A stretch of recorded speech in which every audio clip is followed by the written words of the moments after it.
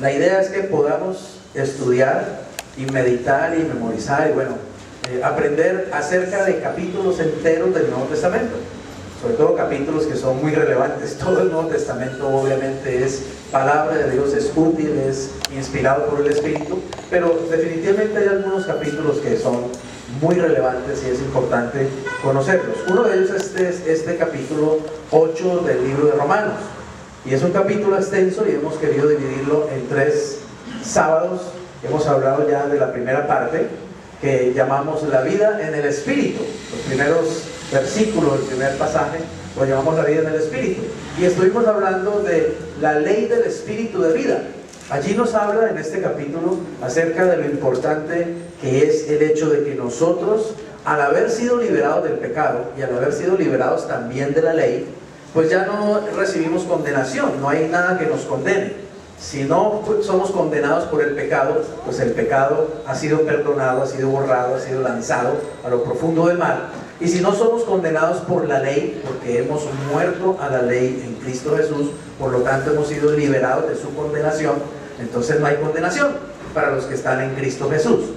Pero hemos entrado entonces en una vida nueva, en la vida en el Espíritu. Hemos salido de la esfera de la carne para entrar a la esfera del Espíritu. Hemos salido de la identificación con Adán para estar ahora identificados con Cristo el Señor. Y obviamente es una vida completamente distinta, es una posición muy diferente. Una cosa es estar en Adán, otra cosa es estar en Cristo. Es una nueva posición, por lo tanto, somos libres por la ley del Espíritu de vida que obra por medio de Jesucristo y que nos ha librado de la ley del pecado y la muerte. Ese es el énfasis, digamos, de esta primera parte de ese capítulo 8. Debemos vivir en el Espíritu, no en la carne. Los cristianos estamos en el Espíritu, pero podemos ceder a la carne, y entonces ahí es donde vienen realmente los problemas. Y por eso es que hay cristianos carnales, es decir, que son guiados, son dirigidos por la carne, y los designios de la carne y la mentalidad de la carne, pues finalmente solo conduce a derrota, a frustración, a pecado, a muerte. Pero si nos dejamos guiar por el Espíritu de Dios que está en nosotros, pues el resultado es vida y paz. Y obviamente vamos a poder honrar al Señor y poder vivir en obediencia al Señor. Pero no en nuestra fuerza, sino en el poder de Dios, en la fuerza de Él. Porque no es en la carne, es en el Espíritu. La segunda parte de ese capítulo 8 de Romanos la llamamos la manifestación de los hijos de Dios. Y allí habla básicamente de que ahora, como somos hijos de Dios, pues también somos herederos de Dios y coherederos juntamente con Jesucristo. Y eso obviamente también nos coloca en una posición privilegiada.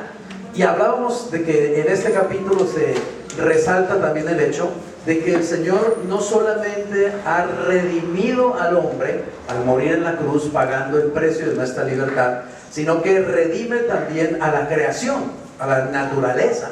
Sin embargo, el momento de esa redención todavía no ha llegado.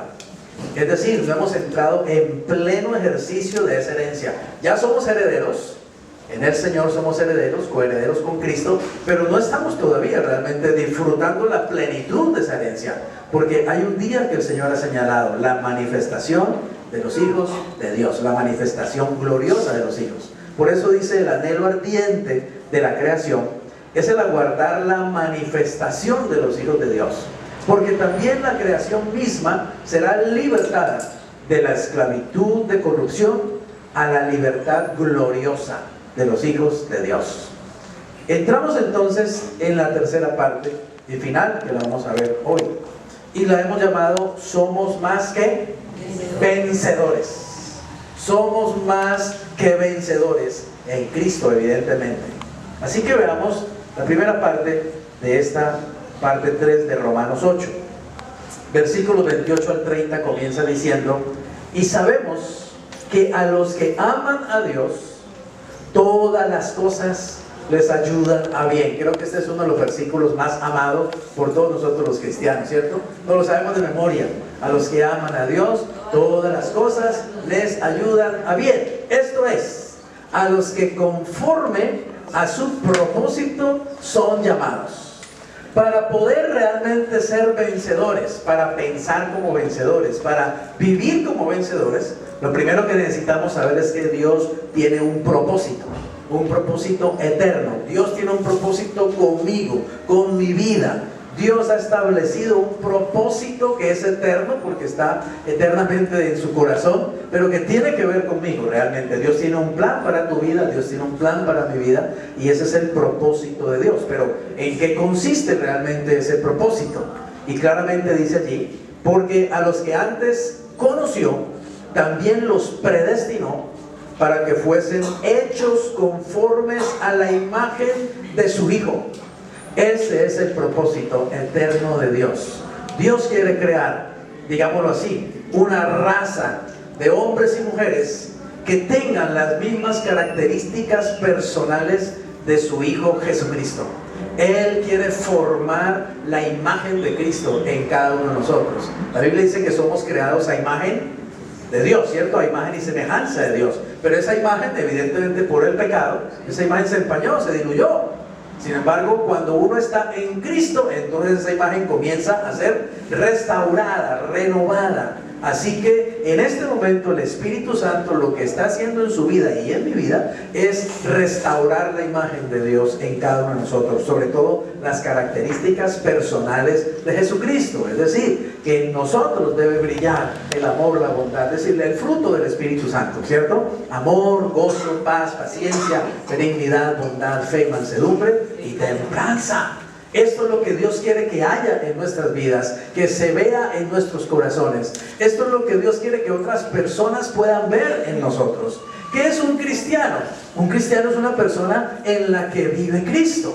Y si Cristo vive en alguno, ¿habrá alguna diferencia en esa vida? ¿Habrá algo que se pueda ver en esa vida? ¿Habrá algo que se pueda notar en esa persona? Claro que tiene que ser así. Pero la palabra cristiano ha ido perdiendo realmente valor a lo largo de la historia. Y hoy cristiano es una persona que va a una iglesia, simplemente donde hay una cruz, ahí hay cristianos, eso es todo. Pero la verdad es que en la mente de Dios, cristiano es alguien que tiene a Cristo morando, viviendo en él y a través de él. Y es alguien que puede exhibir las características personales de Jesús. Es alguien que tiene amor, es alguien que tiene gozo, es alguien que tiene paz, es alguien que es bondadoso, alguien que es benigno, es alguien que anda en mansedumbre, que tiene templanza, que se mueve en fe. Eso tiene que ser un cristiano, debe ser un cristiano. Pero evidentemente es imposible exhibir esas características a menos que sea Cristo el que las haga, digamos, el que las muestre a través de cada uno de nosotros, por medio del poder del Espíritu Santo. Si no somos llenos del Espíritu, es imposible tener amor, gozo, paz, paciencia, etc. Vamos a tener simplemente la carne en nosotros y vamos a tratar de estarnos esforzando lo mejor por tener un poquito de amor, esforzándonos por ser mejores, esforzándonos por tener paciencia, esforzándonos por tener paz. Y en la carne es imposible, es inútil. Vamos a terminar agotados, frustrados y cansados. Muchos cristianos precisamente terminan saliendo de la carrera, ¿cierto? Porque han trabajado y han tratado de vivir en la carne y se frustran. Por eso el apóstol Pablo dice que yo, habiendo sido heraldo, es decir, habiendo sido líder, alguien que va delante de los demás, corro esta carrera, dice, cierto, la corro, pero pues de tal manera que llegue a la meta realmente, no sea que yo mismo venga a ser eliminado. Ahí no está hablando de que pierda la salvación o algo parecido, sino que sea sacado de la carrera. Es decir, que como cristiano él deje de estar produciendo fruto. Muchos cristianos están así. Mucha gente estuvo en un momento determinado, ¿cierto? En las iglesias, y gloria a Dios, y bendito sea el Señor, y alabanza. Y después te lo encuentras y ¿qué hubo, no? Ya, yo no voy a ninguna parte, yo no me congrego, ya no, es más, no quiero saber de iglesias, no quiero saber de pastores, ¿cierto? Han quedado frustrados, han quedado desanimados, han quedado realmente fuera de la carrera. No han perdido la salvación, son hijos de Dios, tienen el Espíritu Santo, pero no están produciendo el fruto, están apagados. El Espíritu Santo está contristado. ¿Por qué? Por diferentes situaciones, pero básicamente es porque hemos tratado de hacer las cosas en nuestro propio esfuerzo, en nuestra carne. La vida cristiana no es difícil, no es difícil.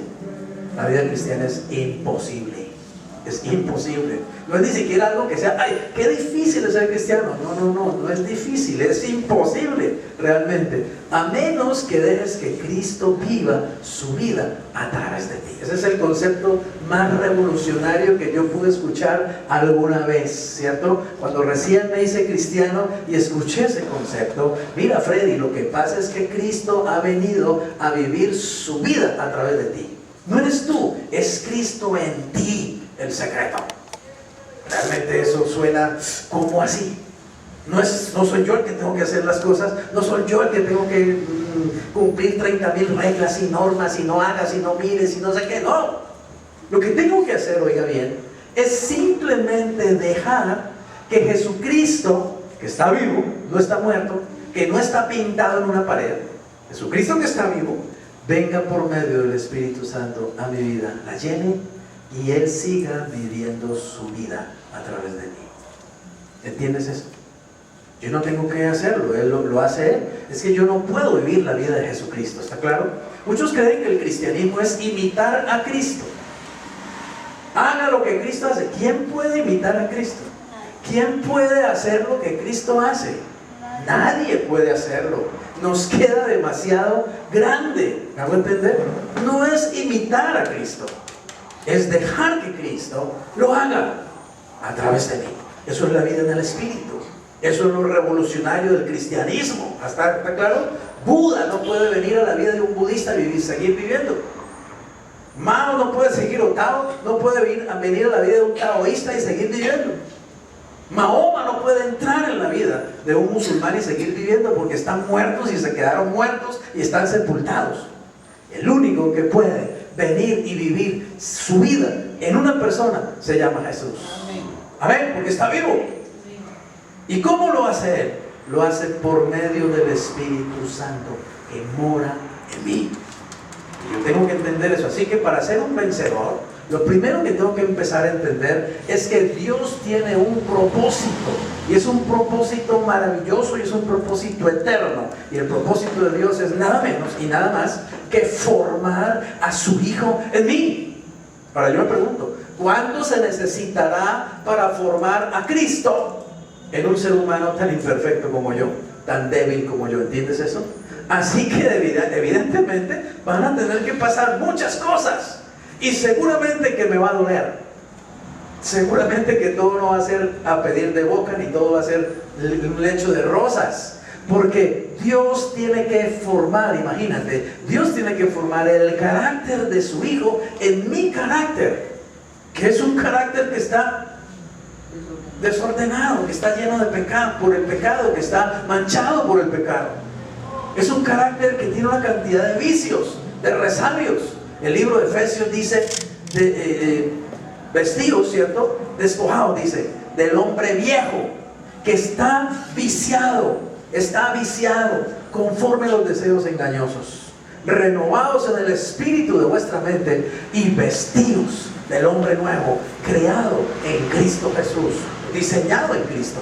Así que es un cambio. La vida cristiana no es simplemente aprenderse 4 versículos o tratar de hacer algunos cambiecitos en la vida. No, ya voy a dejar de fumar y voy a dejar de bailar salsa y ya soy un cristiano maravilloso, ¿cierto? No, la vida cristiana es un cambio total, absoluto.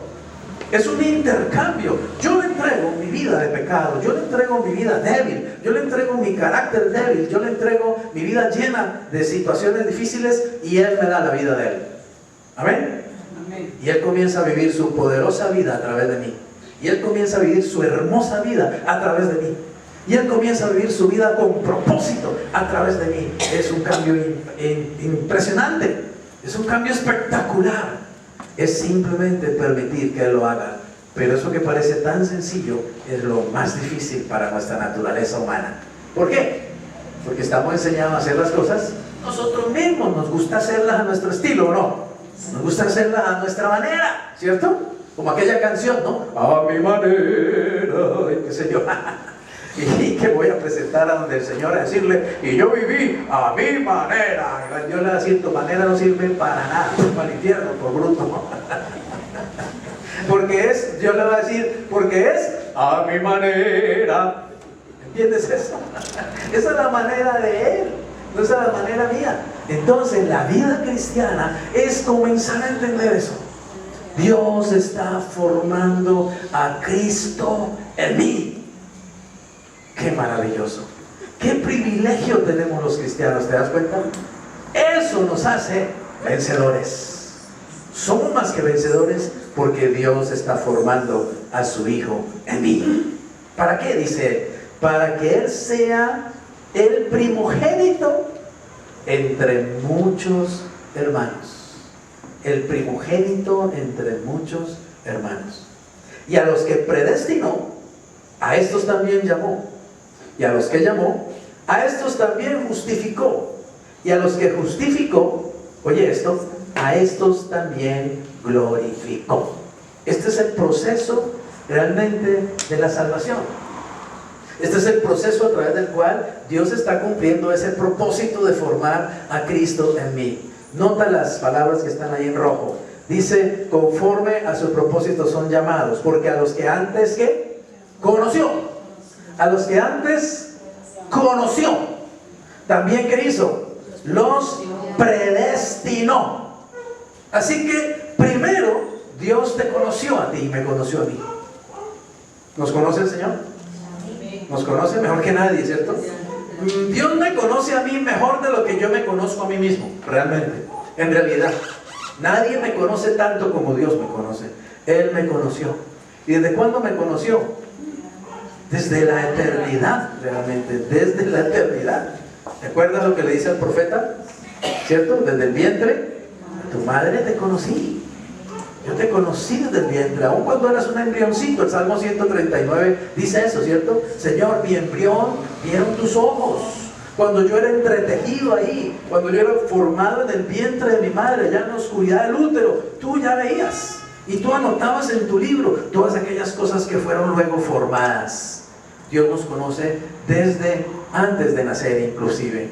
¿Quién nos puede conocer mejor que Él? Él nos conoció, pero no solamente nos conoció, dice, nos predestinó. Es decir, nos destinó previamente, desde antes, de antemano. En otras palabras, ¿cuál era el propósito, cuál es el propósito de Dios?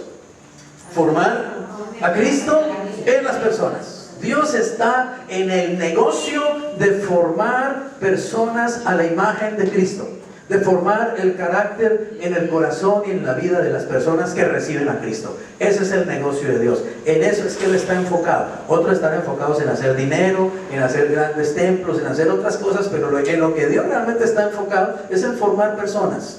Formar a Cristo en el corazón de cada persona que Él toma como hijo. El compromiso de Dios es que cada hijo que Él recibe, Él lo va a convertir en una persona que cada vez se parece más al hermano mayor, a Jesucristo. Amén.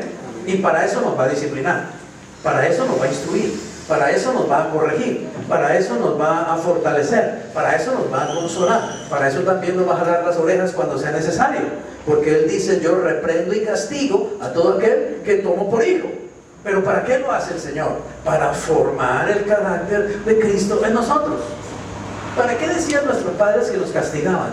Que nos castigaban, nos golpeaban. ¿Para qué decían ellos que lo hacían? Para que usted sea una persona de bien, ¿cierto, hijo? Uno estaba llorando después de un correazo y el papá le decía, hijo, es que es para que usted sea una mejor persona, ¿cierto? Es para que usted aprenda, es para que usted sea recto, es para que usted no vaya a ser mañana una persona que va a estar realmente haciendo cosas malas. Yo te castigo a ti, hijo, porque te quiero corregir. Sí, pero ¿para qué me pega tan duro? Bueno, es que, ¿qué hacemos? Es necesario, ¿cierto? ¿Fuimos corregidos con dolor o no? ¿Y usted cree que el hecho de que Cristo sea formado en su vida no va a tener dolor? ¿No va a implicar dolor? Claro que sí. Implica dolor, implica sufrimiento. Del mismo Señor Jesucristo dice Hebreos capítulo 5, que dice de Él, y aunque él era hijo, por lo que padeció, aprendió la obediencia. Pero entonces vino a ser autor de eterna redención. ¿Para quiénes? Para los que pasan por el mismo proceso, para los que también aprenden obediencia. Así que, oiga bien, en ese sentido es que Romanos 8:28 dice, a los que aman a Dios, todas las cosas les ayudan a bien. Yo quiero decirte una cosa. ¿Sabes cuál es el bien de que está hablando ahí? ¿Sabes cuál es el bien de que habla ahí? La gente cree que es, ay, que me dé una mejor casa el Señor. Todas las cosas ayudan a que yo me gane una mansión, la mansión de mis sueños. Todas las cosas ayudan a que yo pueda cambiar mi carrito viejo por uno de último modelo. Todas las cosas ayudan a que yo pueda tener una cuenta bancaria increíble, me gane el baloto. No es de eso que está hablando.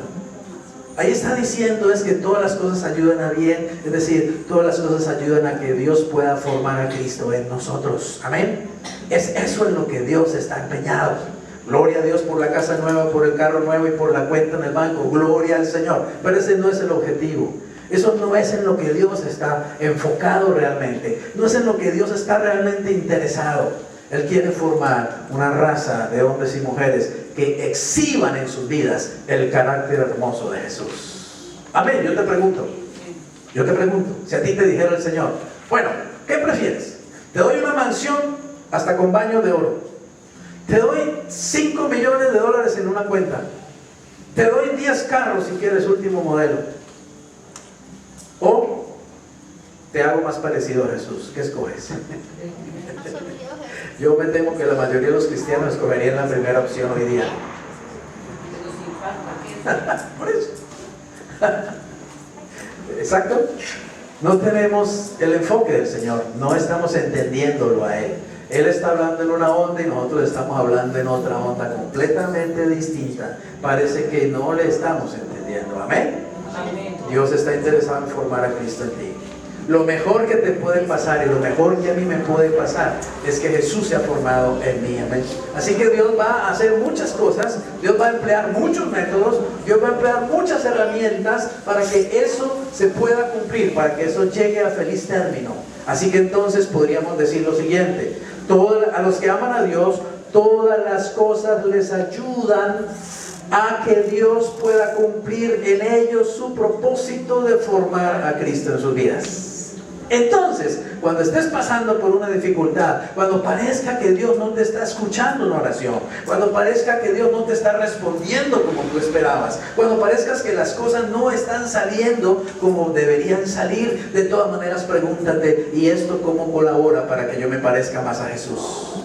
Amén. Y pregúntate: ¿cómo reaccionaría Jesús en un caso como este? ¿Qué haría Jesús? ¿Qué haría Jesús cuando no hay plata? ¿Cómo reaccionaría Él? ¿Qué haría Jesús cuando tengo una enfermedad? Cuando la enfermedad llegó a mi cuerpo, a mi vida, y me está atacando la enfermedad. ¿Qué haría Jesús? Bueno, Jesús nunca se enfermó. Pero ¿cómo reaccionaría Él? ¿Me hago entender? ¿Por qué? Porque se trata de que yo estoy siendo formado según el carácter de Jesús.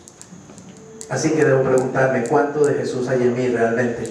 Tengo 5 años de cristiano, tengo 20 años de cristiano, tengo 50 años de cristiano. ¿Qué tanto de Jesús realmente hay en mí? ¿Qué tanto están viendo los demás? ¿Están viendo los demás a Jesús en mí realmente? ¿Lo ve mi esposa en mí? ¿Lo ven mis hijos en mí a Jesús? ¿Lo ven en mis actitudes? ¿Lo ven en mis respuestas? ¿Lo ven, digamos, en la forma como reacciono? ¿Lo ven a Él en la forma como los trato? ¿En la forma como me relaciono con ellos? ¿O están viendo simplemente a un religioso fanático legalista? ¿Qué es lo que están viendo? Amén. ¿Qué estamos viendo en los pastores? ¿Qué estamos viendo en los líderes de las iglesias? ¿Qué estamos viendo en los ministros de alabanza? ¿Qué es lo que estamos viendo? ¿Estamos viendo a Jesús? ¿O estamos viendo un mundo de religiosos codiciosos, buscando dinero simplemente, buscando fama, buscando poder, buscando reconocimiento, buscando tener un mundo de tontos ahí para manipularlos a su manera y hacer negocio? Así que no te dejes engañar, no te dejes meter los dedos a la boca. Dios está en el negocio de formar a Cristo en los corazones. Y dile: Señor, forma a tu Hijo en mí. Amén. Y sabes que, Señor, lo que tengas que hacer, hazlo para que Cristo sea formado en mí. Y si me tiene que doler, pues que me duela. Pero hazlo, Señor. Forma a Jesús en mí, porque yo quiero llegar al cielo pareciéndome mucho más a Jesús que lo que hoy me puedo parecer. Entonces imagínate el plan tan maravilloso del Señor: formar toda una raza de hombres y mujeres a la imagen de Jesús. Inicialmente era una raza a la imagen de Adán, ¿cierto?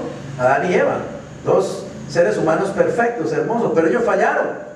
Pero Dios tiene un plan mejor entonces, porque ahora ya no vamos a hacer solamente a la imagen de Adán y Eva, sino a la imagen de Jesús, nada menos, el Hijo de Dios. Así que subimos de estrato realmente, hemos subido de estrato en ese plan maravilloso del Señor.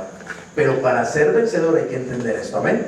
Para ser más que vencedor hay que comprender que Dios está trabajando en mí, que el Espíritu Santo está trabajando en mí para que yo me parezca cada vez más a Jesús, para que yo reaccione más como Jesús, para que yo enfrente la tentación como lo hace Jesús, para que yo enfrente a Satanás como lo hace Jesús, para que yo me relacione con las personas como lo hace Jesús, no a mi manera, sino a la manera de Él.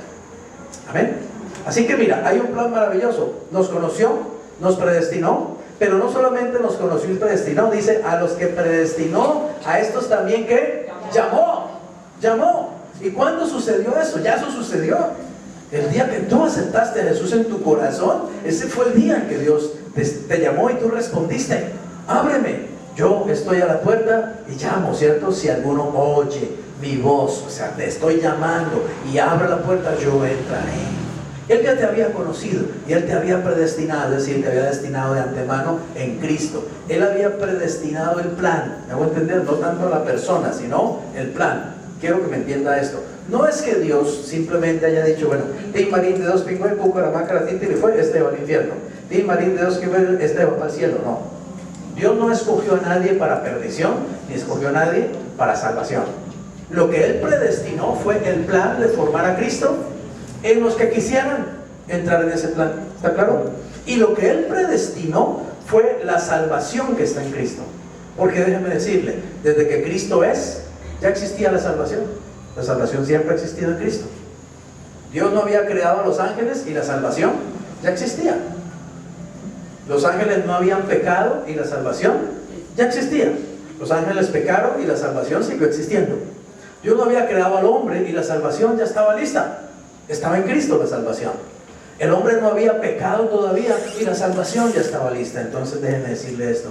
La salvación es antes que los ángeles y que los hombres. La salvación es antes que el pecado. Amén. Así que lo que estaba predestinado era la salvación. Y estaba predestinado también el plan de Dios de formar a Cristo en los que llegaran a ser salvos. Así que al usted ser salvo es llamado, pero también tiene que entender entonces que usted es un predestinado. ¿Para qué? Para que Cristo sea formado en usted y para que usted experimente la salvación que ya estaba en Cristo desde siempre. Ahora, no solamente nos llamó, dice, a estos también que justificó. Y esto lo hemos hablado muy claro en la iglesia y usted lo sabe, ¿cierto? Justificó o justificar significa que el Señor me coloca en la misma posición de justicia del propio Señor Jesucristo. Me trata como si yo fuera el mismo Señor Jesús en justicia, imagínate. Es decir, que me justificó quiere decir que el Señor me viste con la justicia de Cristo. Me reviste con su justicia. Y entonces soy justo a los ojos de Dios. ¿Quién puede ser justo a los ojos de Dios por sí mismo? Nadie. Pero en Cristo, inmediatamente yo soy colocado en esa posición de un justo a los ojos de Dios. Quiere decir que Dios no me inculpa pecado, imagínate. Que Dios no me ve en el pecado. Que Dios no me ve identificado con el pecado. Él realmente ve a su Hijo en mí. Ese es otro concepto que cuando conocí al Señor y empecé a escuchar y a entender las cosas de Dios, revolucionó mi mente también. El hecho de saber que Dios siempre ve a Cristo en mí. Amén. Por eso me puedo relacionar libremente con mi Padre. Porque yo no entro pensando siempre que, uy, qué pena, ¿no? Qué pena con Dios, ¿cómo me estará viendo Dios? Uy, me estará viendo este lunar, uy, me estará viendo esta verruga por acá. No, para nada. Yo entro con plena libertad porque sé que me ama, es mi papá. Y Él ve a Jesús en mí, por lo tanto puedo tener esa misma relación íntima y poderosa con Él. Amén. Puedo entrar a su presencia. Y así está dicho, que hemos sido invitados a entrar a su trono de gracia por medio de la sangre de Jesús. Tenemos libertad, esa es la libertad de un hijo que se sabe amado, un hijo que se sabe aceptado, un hijo que conoce la posición de privilegio que le ha sido dada por gracia, un hijo que sabe que ha sido declarado justo y ha sido entonces también salvado. Finalmente dice, a los que justificó, a estos también que glorificó. Esa es la parte que todavía no ha llegado, ¿está claro? Todos los demás, los primeros 4 ya están hechos. Somos conocidos, somos predestinados, Hemos sido llamados y hemos sido justificados, pero aún no hemos sido glorificados. Eso está en el futuro todavía. Porque ¿qué es el hecho de que Dios nos va a glorificar? Creo que hablábamos un poquito de eso el sábado pasado. Es el hecho de que el Señor va a redimir toda la creación y obviamente va a redimir también nuestros cuerpos mortales y nos va a entregar un cuerpo nuevo, un cuerpo glorioso, un cuerpo glorificado, un cuerpo exactamente como el cuerpo que tiene el Señor Jesucristo en este momento, ¿cierto? Un cuerpo nuevo. Él, en el cuerpo terrenal que tenía mientras estuvo aquí en la tierra, él no podía elevarse y volar. ¿Él volaba en ese cuerpo? No podía volar. Pero cuando él resucitó, ¿qué pasó? Empezó a volar. Entonces su cuerpo sufrió realmente una transformación en 3 días. Fue algo increíble. Él, en el cuerpo humano que tenía mientras estaba aquí en la tierra, podía atravesar las paredes. No podía hacerlo, ¿cierto? Pero cuando él resucitó, ¿qué hizo? Se apareció en la habitación donde estaban los apóstoles y la Biblia dice, las puertas estaban cerradas, las ventanas estaban cerradas porque los discípulos tenían miedo, estaban asustados, estaban ahí asustados y ¡pum! De pronto Jesús apareció en medio de ellos. ¿Cómo así? ¿Se acuerdan los discípulos camino a Emaús?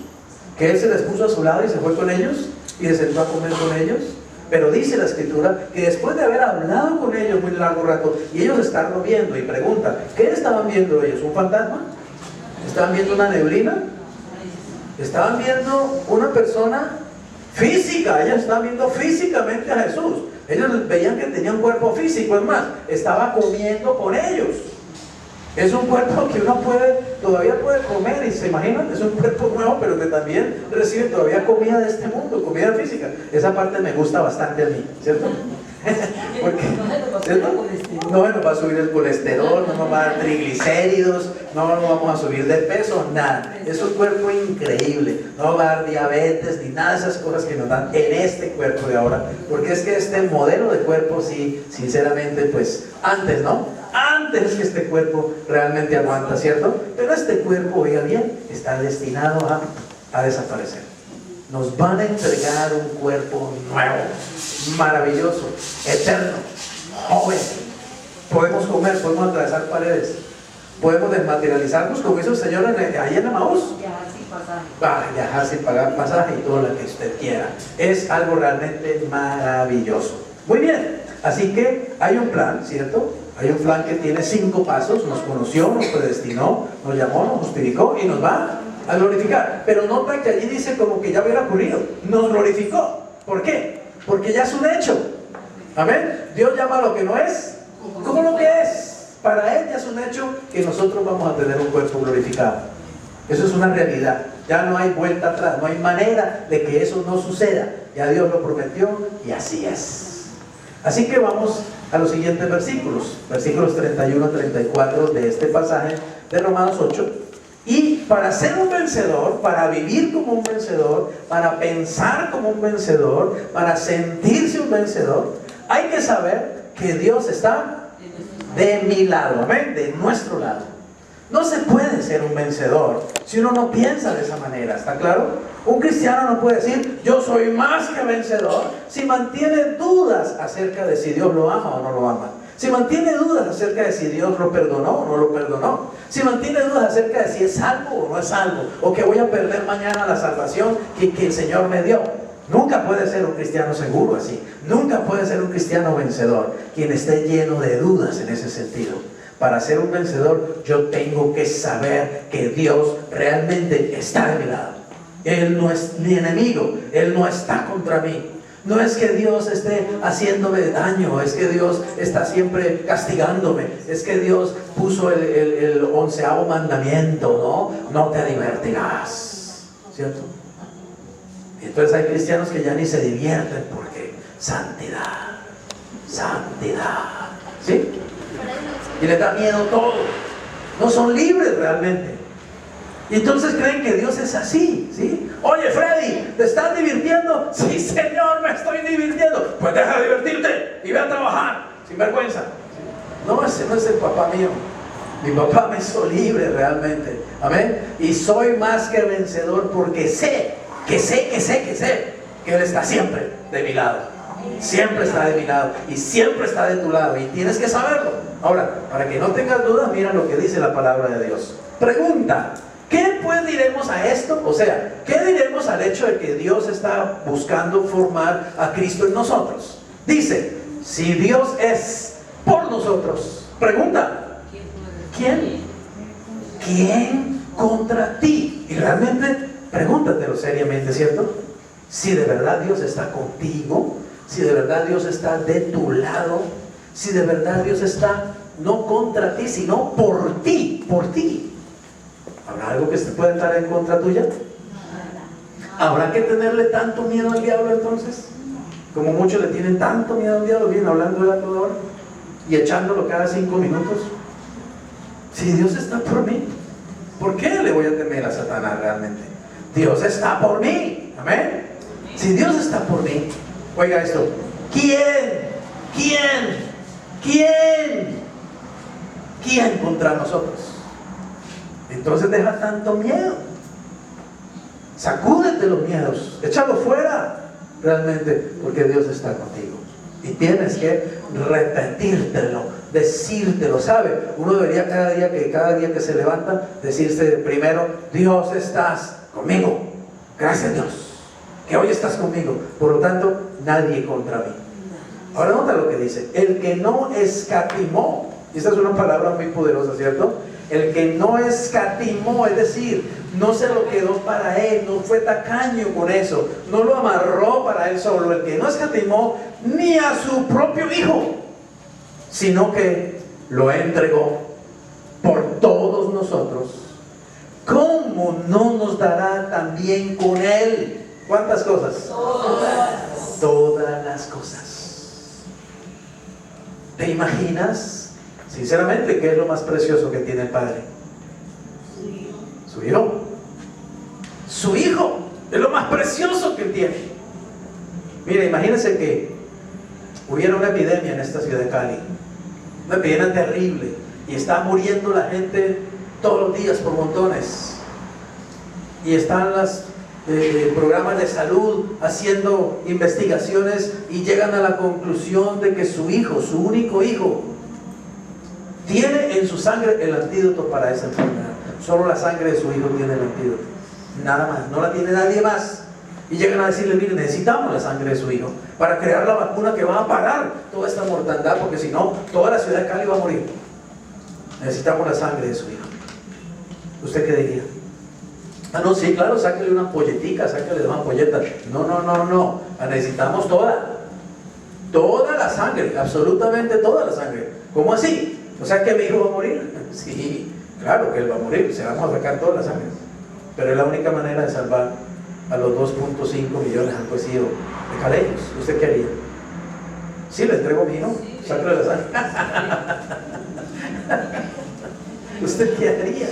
Cierto que nuestra primera reacción humana es: no, vaya, busquen en Medellín, debe haber algún paisa que también tenga sangre, o en Bogotá, pero no, a mi hijo no, olvídese, mi hijo no me lo toca. Bueno, eso sería, ¿sabes? Dios se desprendió de su hijo. ¿Te imaginas lo que eso significa? Y eso implicó que él derramara toda su sangre, y era para salvar a unas joyitas como tú y como yo. ¿Qué tal? Era para salvar pecadores. Y Jesús estuvo dispuesto, y el Padre estuvo dispuesto. Eso se llama amor. Eso es amor inmedible, inconmensurable.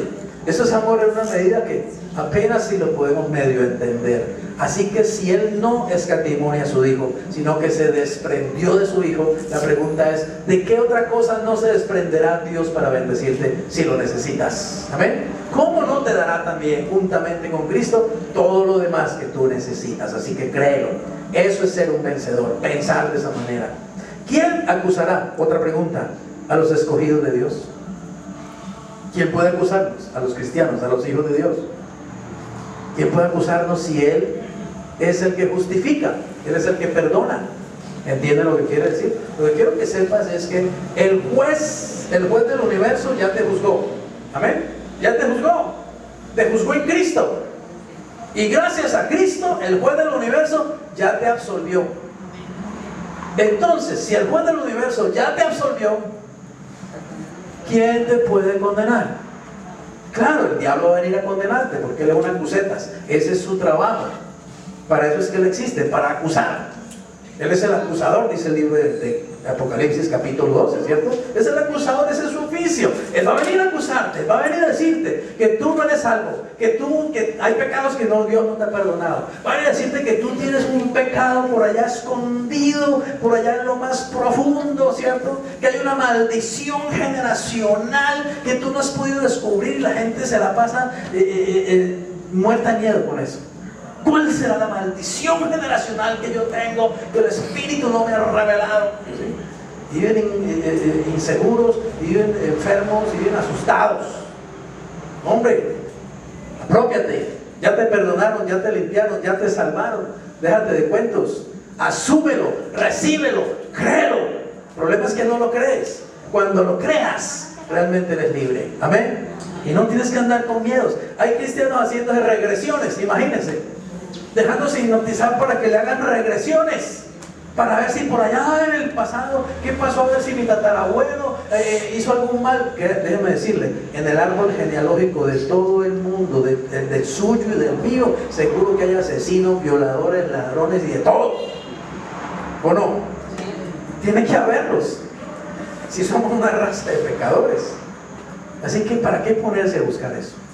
Simplemente reciba la verdad de que el juez del universo ya lo absolvió.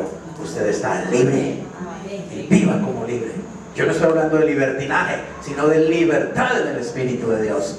En otras palabras, deje que Cristo viva su vida a través de usted. Y le aseguro que Jesús no lo va a llevar a la discoteca de por allá de Juanchito ni nada de eso. Jesús viviendo a través de usted tampoco va a matar a nadie. Jesús viviendo a través de usted no va a andar chismeando. Jesús viviendo a través de usted le va a permitir vivir en santidad, en pureza, pero libertad, no religiosidad, no legalismo. Libertad verdadera. Contra tales cosas no hay ley. Así que esa es la vida en el Espíritu y la vida verdadera que Dios nos quiere regalar. ¿Quién es el que condenará? La última pregunta aquí. ¿Quién es el que condenará? Cristo es el que murió. Más aún, el que también resucitó. El que además, o sea, como si fuera poco, está donde el Señor Jesús, físicamente hablando, a la diestra de Dios. Y además, ¿qué está haciendo a la diestra de Dios? ¿Acusándonos con el Padre? ¿Echándole chismes al Padre acerca de nosotros? Está intercediendo por nosotros. Esa es su función de sacerdote en este momento. Él es sumo sacerdote según Melquisedec, y Él está ejerciendo ese sacerdocio en este momento. Intercede por nosotros. Hay otra parte en el Nuevo Testamento que dice: intercede día y noche. Es permanente la intercesión de Jesús.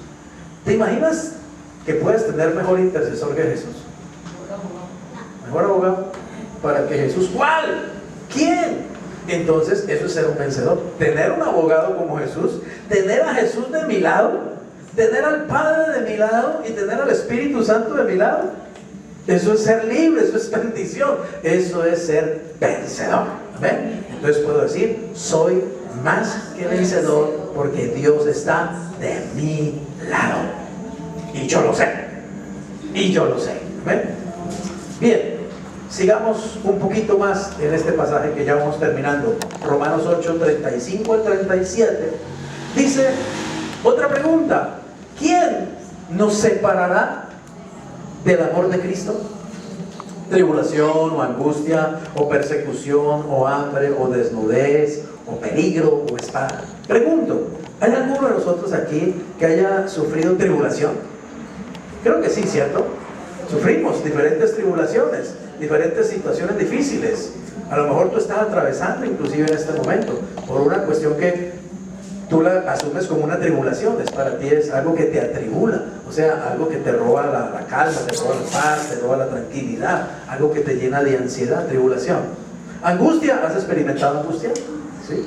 O tal vez la estás experimentando, hay un momento difícil en tu vida en este momento. Persecución. ¿Te ha perseguido alguien? Por ser cristiano, por ejemplo, a veces Pasa, ¿cierto? A veces en la misma familia se critican, se burlan de ti. Ay, ahí va el cristiano, el tonto, el aleluya, el ladrillo, qué sé yo, ¿no? ¿Cierto? Tan bobo con una Biblia ahora, vean. La doctora con una Biblia en el brazo. No, qué tontería tan grande, ¿cierto? Vaya que le van a sacar la plata, ya le están robando, qué sé yo, ¿no? ¿Qué ha pasado, cierto? Sufrimos algún tipo de persecución. Ahora, no es una persecución como la están sufriendo en este momento muchos cristianos en el mundo. Usted sabe que en los países musulmanes los están matando. Los cristianos en este momento por allá en Siria, en Irán, están huyendo hacia otros países y están huyendo con lo que tienen puesto. Usted puede entrar en internet, ponga en internet cristianos perseguidos en el mundo y verá lo que va a haber, fotos horripilantes. Los musulmanes van bajando cabezas y degollando desde ancianos hasta bebés. Ellos no respetan nada, no les importa un pepino, nada, ¿sí? Estos musulmanes extremistas, ¿sí? Los cristianos están sufriendo persecución a muerte. Pregunto, ¿algunos han estado siendo perseguidos a muerte aquí donde estamos ahora? No, ¿cierto? Gracias a Dios. Gracias a Dios que no. ¿Alguno ha experimentado hambre? Sí, pastor, yo sí, pastor. Entre las 9 y las 12 del día experimento hambre. Entre el desayuno y el almuerzo me da un hambre. No estoy preguntando ese tipo de hambre. Yo estoy hablando de hambre física, ¿cierto? ¿Se ha acostado usted alguna vez sin comer sabiendo que al otro día no hay nada para desayunar y que tampoco hay para almorzar y comer y pasado varios días? ¿No es cierto? Bendito sea que Dios que no hemos pasado tampoco esa experiencia. Desnudez, tampoco, ¿cierto? Peligro, pues peligro de muerte, digamos, por causa de ser cristiano, o espada, te han amenazado o inclusive muerto. Recuerda qué pasó con los primeros cristianos, ¿cierto? Los cristianos del primer siglo les tocó muy duro, ¿no? Eran perseguidos y eran perseguidos a muerte. Los mataban por el hecho de ser cristianos, por lo que está pasando, digo, en estos países del Medio Oriente, ¿no? Te matan por ser cristiano. Y si un musulmán de estos se hace cristiano, los demás lo van a atacar y lo matan, inclusive a veces lo hacen el mismo padre, digamos, de la familia. Entonces, en estos días supe de un cristiano y eso fue en la India, contaba María Elena. Un cristiano en la India también es fuerte la persecución. Un cristiano hindú se hizo cristiano, se convirtió al cristianismo, aceptó a Jesús, etcétera, etcétera, y él empezó a vivir su vida cristiana muy feliz y obviamente empezó a buscar hablarle a otros hindúes acerca de Jesús, ¿cierto? Y un día vino uno a su casa haciéndose pasar como que quería que le hablara de Jesús y toda la cosa, y este hombre pues emocionado, vino alguien a querer aceptar a Jesucristo y recibir la salvación que yo tengo, y entonces el otro dijo, bueno, ore por mí, y este agachó la cabeza, cerró los ojos y empezó a orar para que esta persona pues conociera a Jesús, y mientras tenía los ojos cerrados el otro cogió y lo apuñaló, pegó varias puñaladas y lo mató. Imagínate tú, ¿qué tal eso? ¿Cierto? Por eso yo ya no hablo con los ojos cerrados. No, mentiras. Mínimo le meten la mano al bolsillo. Bien, como está escrito, por causa de ti, ¿qué? Somos muertos todo el tiempo. Somos contados como ovejas de matadero. ¿Quién dijo esto? Pablo, un hombre que sí había experimentado realmente, ¿cierto?, esta persecución a muerte. Pero oiga lo que él dice: ¿nos separará eso del amor de Cristo? No. El hecho de que yo tenga problemas, dificultades, el hecho de que yo tenga cuestiones que me angustian, el hecho de que me persigan o que haya experimentado hambre, inclusive sirviendo a Dios, o haya pasado desnudez o peligro o espada, ¿eso me va a separar a mí del amor de Cristo? No. En otras palabras, aún el hecho de que Dios permita que pasemos por esas situaciones, ¿querrá decir que Él dejó de amarnos? ¿Querrá decir que Él se olvidó de nosotros? No, un vencedor nunca piensa así. Amén. Un vencedor siempre sabe que Dios está de su lado, aunque las cosas no estén bien. Amén. Aunque las cosas estén difíciles, aunque haya situaciones que me producen angustia, no voy a sucumbir. El apóstol Pablo dice: estamos golpeados, pero no estamos derribados, o derribados, pero no estamos destruidos.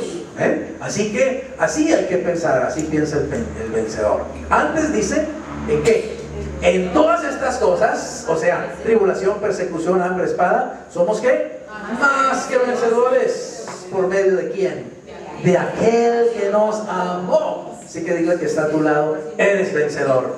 Eres vencedor. Eres una vencedora. Eres un vencedor. Amén.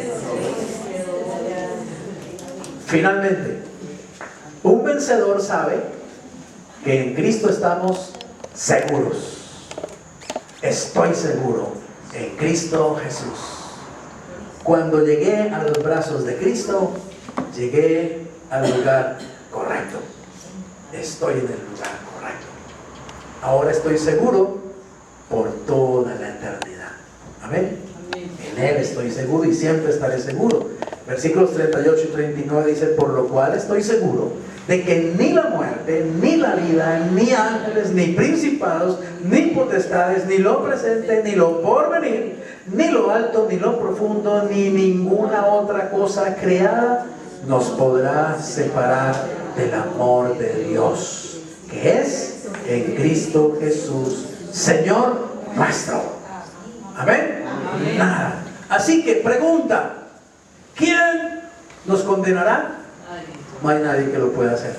¿Quién nos inculpará? El único que lo podía hacer ya nos absolvió.